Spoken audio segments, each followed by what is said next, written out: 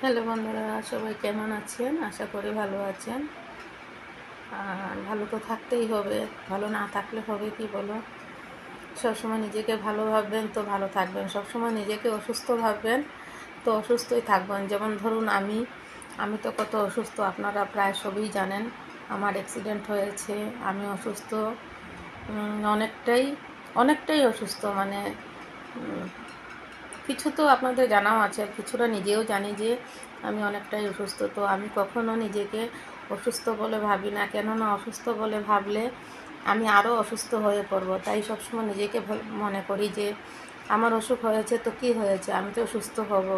আমার মনটা ভালো রাখা দরকার, আমি নিজেকে ভালো থাকতে হবে। আমি যদি ভালো না থাকি আমার সংসারটা কে দেখবে, আমার ছেলে মেয়েকে কে দেখবে? তো এইসব ভেবে চিন্তা করে আমি নিজেকে সবসময় সুস্থ ফিল করি।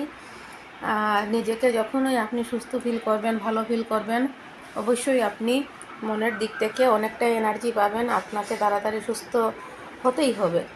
ঔষধ তো ওষুধের জায়গায় আছে, কিন্তু নিজেকে যদি সবসময় আমি অসুস্থ এই বলে মনে করি, তো আপনার এই ঔষধে যতটুকু কাজ করবে তার চেয়ে দ্বিগুণ ক্ষতি করবে আপনার সেই মনের ভাবনাটা।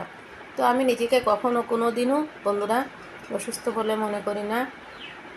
তো যাই হোক, একদিকে তো আপনাদের আশীর্বাদ আছে, ভালোবাসা আছে, ভগবানের আশীর্বাদ আছে, ঔষধও আছে, আর সবচেয়ে বড় হলো নিজের মনের জোরটা। তো আমি নিজেকে কখনো দুর্বল মনে করি না। আর ভগবানের কাছে প্রার্থনা করি যে ভগবান যতটুকু দুঃখ দাও, কষ্ট দাও, তো সহ্য করার মতো শক্তিটা দিও অবশ্যই। শক্তি না থাকলে তো নিজেকে টিকিয়ে রাখতে পারবো না, তাই না বন্ধুরা?